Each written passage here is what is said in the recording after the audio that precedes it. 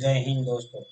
मैं नवीन मेहता। मैं अपने यूट्यूब चैनल पे आपका वेलकम करता हूँ। फ्रेंड्स, इस वीडियो में हम लोग पॉलिटिकली एनालिसिस करेंगे। बिहार में जो इलेक्शन हुआ बायपोल, और असेंबली इलेक्शन जो था वो 5 दिसंबर 2022 को पुरानी एक विधानसभा क्षेत्र है मुजफ्फरपुर और डिस्ट्रिक्ट में पड़ता है।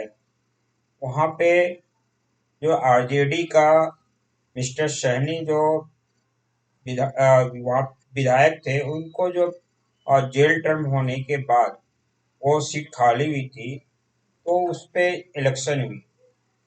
इलेक्श ये चीज आप लोग जानते ही होंगे। और आज जो है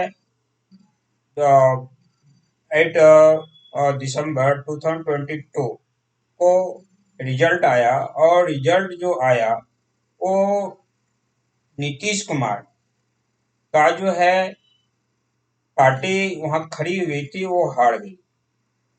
मीन्स वहां उनका कैंडिडेट जो मनोज कुशवाहा जी थे वो हार गए, और बीजेपी के जो कैंडिडेट थे केदार प्रसाद गुप्ता वो जीत गए।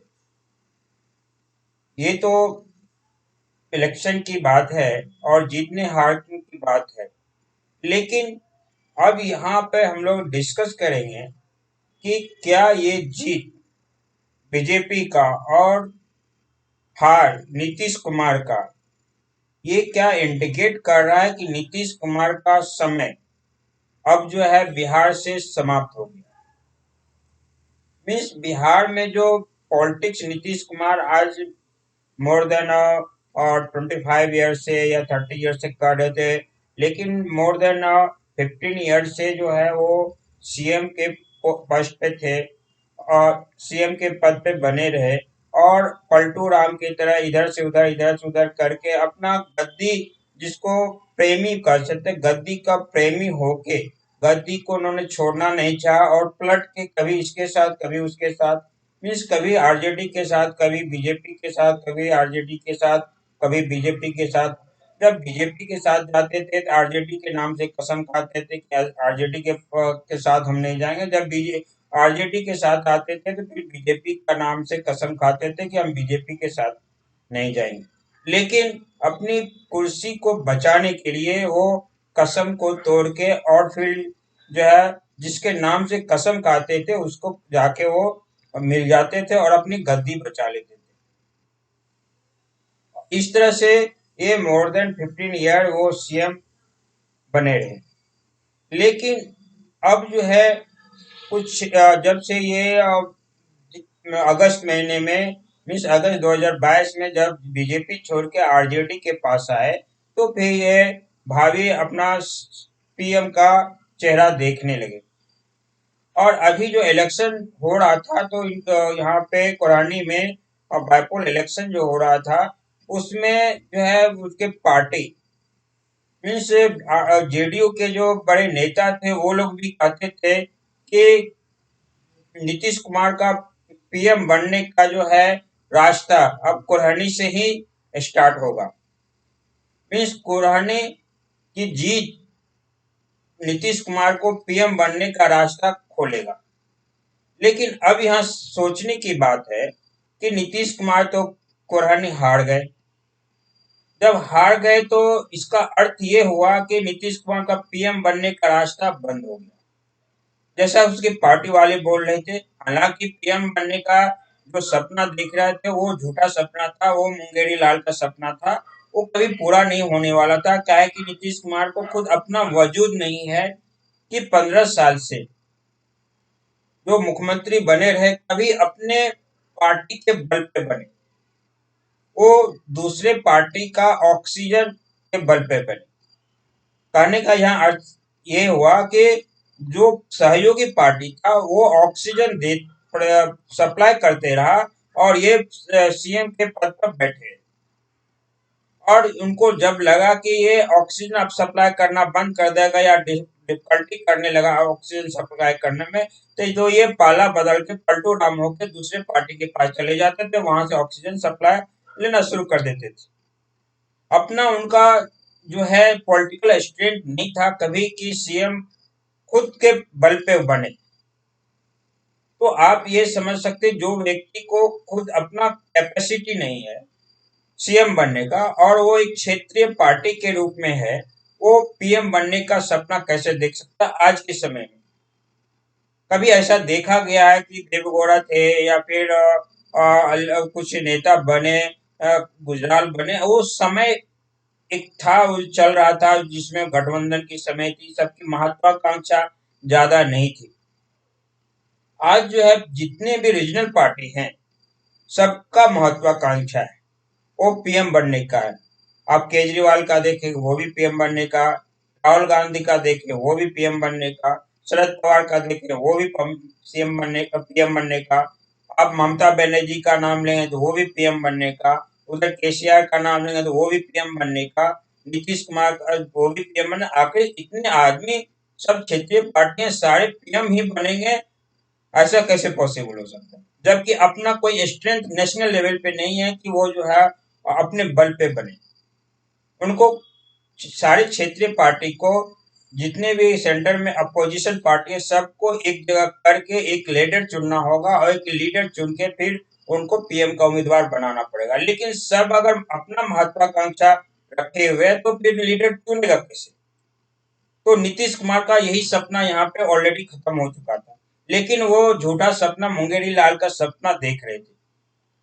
लेकिन अभी जो है कोढ़ानी का जो सीट हार गए, वो जो है उनका रास्ता, जो अपना झूठा रास्ता भी खोलना चाहते थे, वो भी रास्ता उनका क्लोज हो गया। अब है कि कोढ़ानी की सीट वो हारे क्यों? बात ये उठती है, उनका सीट हारने का बहुत ही जो है इम्पोर्टेंट फैक्टर है कि उनको जनता बिहार में अब नकार चुकी है। अब ये नीतीश कुमार को खुद को ये समझ नहीं आ रहा है कि हमको जनता नकार चुकी है। जो व्यक्ति लगभग आज से 10 साल पहले लगभग जो है 120 सीट लाया करता था, वो व्यक्ति अभी 45 सीट पे लेके आया, वो भी गठबंधन में। वो भी ऐसी गठबंधन जो कि नेशनल लेवल की पार्टी है, और बिहार में भी एक अपना स्ट्रेंथ रखे हुए है, उसके गठबंधन के साथ, और छोटी मोटी पार्टी भी का गठबंधन था, उसके साथ मिलने के बाद मात्र वो 45 सीट का अरेंजमेंट कर चुके। वो भी 43 सीट थी, बाद में 2 सीट जो है, 2 मेंबर को जो है, 2 विधायक उन्होंने दूसरे पार्टी से मिलाया था। तो 43 सीट जो अपने बल पे भी नहीं लाने का कैपेसिटी रखता हो, वो गठबंधन के साथ लाया हो, ऐसे व्यक्ति को खुद समझ में आना चाहिए कि हमको बिहार की जनता नकार चुकी है। अब क्यों नकारी है, वो बात इस पे आने की जरूरत है। इनका पॉलिसी लेके नकारी, इनका पॉलिसी जो पहले जातिवाद की का जो पॉलिसी था, अब जो है जब से बीजेपी सेंट्रल लेवल में काम करने लगी है, और स्टेट लेवल में वो जब विनर की जो है ना विधानसभा के लिए, तो उन्होंने एक अलग ही पॉलिटिक्स का इरा क्रिएट किया। आज से 15 साल या 10 साल पहले बोल कर सकते हैं कि आप जाति लेवल पे वोटिंग का एक बहुत बड़ा फैक्टर हुआ करता था। लेकिन अब जो न्यू जनरेशन के पीपल जो हैं, वो जातिवाद को ज्यादा जो है वो तहरीर नहीं देना चाहता है। आप किस जाति के हैं, उसको इससे कोई लेना देना नहीं। उसको ये लेना देना है कि हमको मिल क्या रहा है सरकार से, और हमको कितना बेनिफिट मिलने वाला है इस व्यक्ति से। तो इन्होंने जातिवाद का जो सिस्टम रखा था, वो इनका बैकअप होते गया। अब दूसरा है कि अति पिछड़ावाद, या फिर दलित, या फिर मुसलमान का ये समीकरण समझते थे। लेकिन अति पिछड़ा जो है, को बेनिफिट ज्यादा नहीं मिलने के कारण नीतीश कुमार से, और केंद्र सरकार की तरफ से उसको ज्यादा मिलने मीन्स बेनिफिट मिलने के कारण, वो वोट जो है अति पिछड़ा का वो शिफ्ट हो रहा है नीतीश कुमार की जगह पे, के बजाय जो है वो बीजेपी के पास जा रहा है। तो यहाँ से मीन्स अति पिछड़ा भी नीतीश कुमार का पल्ला झाड़ रहा है, वो साथ छोड़ रहे हैं। मुसलमान जो है भी समझ रहा है कि इतना दिन से हमको वोट बैंक का पॉलिटिक्स समझ आके या बना के रखा है, मुझे बेनिफिट कुछ नहीं मिल रहा है। और वो देख रहा है कि जहां जहां स्टेट में बीजेपी की गवर्नमेंट है, वहां पे ज्यादा खुशी है मुसलमान इन कंपेरिजन टू जहां पे बीजेपी की गवर्नमेंट नहीं है दूसरे से पार्टी की। तो इस चीज को देख के भी कुछ ऐसे मुसलमान हैं, वो जो रेशनल मुसलमान नहीं है, बुझ वो है, मीन्स वो ऐसे मुसलमान जो एक इंडिया भारत के कल्चर का मुसलमान है, वो मुसलमान जो है ये समझ रहा है कि जो भी कांग्रेस हो या अदर पार्टी हो, वो हमारा यूज किया है, हमको बेनिफिट नहीं दिया है। और जो मुसलमान वर्क करने वाले हैं, जो लेबर ग्रेड के वर्क करने वाले हैं, जो रोड के किनारे ठेला लगा के काम करने वाले हैं, वो समझ रहे हैं कि ये लोग हमको यूज किया है और नीतीश कुमार जो बहुत ज्यादा यूज किया है। लेकिन अभी जो नया नया पॉलिसी चली है सेंट्रल गवर्नमेंट की, और जहाँ पे स्टेट है वहां पे स्टेट गवर्नमेंट की, तो मुसलमान समझ रहा है कि वहां पे हमसे ज्यादा में से दूसरे हमारा जो पोजीशन है उससे ज्यादा पोजीशन दूसरे स्टेट में है मुसलमान का, अच्छी तरह से खुश है वो। और सेंट्रल का जो भी प्लानिंग मिल रहा है वो हर व्यक्ति को मिल रहा है, ना रिलीजियस नहीं देख के मिल रहा है, वो मिल रहा है मुसलमान को उतना ही मिल रहा है, हिंदू को भी उतना ही मिल रहा है, जो है क्रिश्चियन को भी उतना ही मिल रहा है, अदर सिख को भी उतना ही, हर को एक मिल रहा है। वो समझ रहा है कि वो व्यक्ति तो ज्यादा अच्छा है देन नीतीश कुमार से या कांग्रेस। तो मुसलमान भी अब कुछ हो रहा है। और साथ में कि मुसलमान के वोटिंग में कुछ नेता है, जैसे ओबीसी नाम का नेता है जो हैदराबाद का जोकर के नाम से फेमस है, वो जो है अपना वर्चस्व दिखाने के लिए वो भी इलेक्शन में जो कैंडिडेट उठाता है, तो कुछ न कुछ तो वो अपनी ओर जो है इकट्ठ कर लेता है और अपने इलेक्शन जो है अपने पार्टी की ओर कर लेता है, तो इन लोग का वोट कट जा गया और कट जाता है। तो इस तरह से नीतीश कुमार बहुत कमजोर हो रहे हैं और ऐसा लग रहा है कि नीतीश कुमार का अब पॉलिटिकल कैरियर बिहार से खत्म ही हो गया है। अब या तो नीतीश कुमार खुद संन्यास ले ले पॉलिटिक्स से 2025 के आते आते, या फिर जनता जो है इनको संन्यास दिला देगा। इस पोजीशन में नीतीश कुमार का समय आ गया है। साथ में नीतीश कुमार का जो पॉलिसी अभी, जैसा कि पहले बताया कुछ पॉलिसी के बारे में, अभी जो है पॉलिसी जो है शराबबंदी को लेके जो है बिहार की जनता बहुत नाखुश है। नाखुश दो तरह से, एक तो व्यक्ति को शराब नहीं मिल रहा पीने के लिए तो वो शराब पीना चाहता है, और उसको शराब मिल रहा है पीने के लिए तो स्मगलिंग के थ्रू मिल रहा है। जो शराब 50 रुपये में उनको मिलता है वो 200 रुपया या 300 400 500 रुपये में खरीदना पड़ता है, तो वहां पे उनको कॉस्ट बहुत ज्यादा पड़ रहा है। और साथ में जो स्मगलिंग हो रहा है उसका स्मगलिंग के पास पैसा जाता है और स्मगलर के थ्रू जो है प्रशासन के पास पैसा जाता है। तो इससे आम आदमी को जो पता चल है कि जो आखिर ऐसा हो रहा है, तो बेनिफिट किसको हो रहा है, या तो स्मगलर को हो रहा है, या तो गवर्नमेंट का सिस्टम जो जिसको रोकने के लिए लगाया वो जो है घूस के रूप में ले रहा है, तभी तो स्मगलर काम कर पा रहा है। लॉस किसको है कि एक व्यक्ति जिसको 50 रुपये में शराब मिलता, वो 500 रुपये में खरीद रहा है, 200 रुपये में खरीद रहा है या 400 रुपये में खरीदा, तो लॉस तो इसको है। सेकंड लॉस क्या है कि जो शराब गरीब आदमी पीते हैं और पीते हुए पकड़ाता है तो उसको जेल में डाल दिया जाता है, तो उसको बेल कराने के लिए पैसा लगाना पड़ता है। बेल तो कोई 1000 रुपये 2000 रुपये या 500 रुपये में होता नहीं है, उसको 10,000 20,000 50,000 रुपये खर्च करने पड़ते हैं। और उसको डिस्ट्रिक्ट लेवल से बेल नहीं हो पाता तो सर जो हाई कोर्ट जाता है बेल लेने के लिए, तो हाई कोर्ट डिस्ट्रिक्ट से लेकर हाई कोर्ट का आप कॉस्ट समझ लीजिए बेल का। तो ये बर्डन जो है आम जनता जो है गरीब जनता है उस व्यक्ति पे पड़ रहा है, जिससे कि वो व्यक्ति जो है खुश नहीं है नीतीश कुमार के शराबबंदी पॉलिसी से। तो इस तरह से दूसरा चीज है कि कुछ ऐसे नौजवान है, जैसा कि पटना हाईकोर्ट में ड्यूरिंग द बेल एक व्यक्ति का बेल हो रहा था, तो उसमें सबमिशन किया गया था और रिपोर्ट भी दिया गया था कि जिस नौजवान को शराब नहीं मिलता है, वो व्यक्ति ड्रग का यूज कर रहे हैं।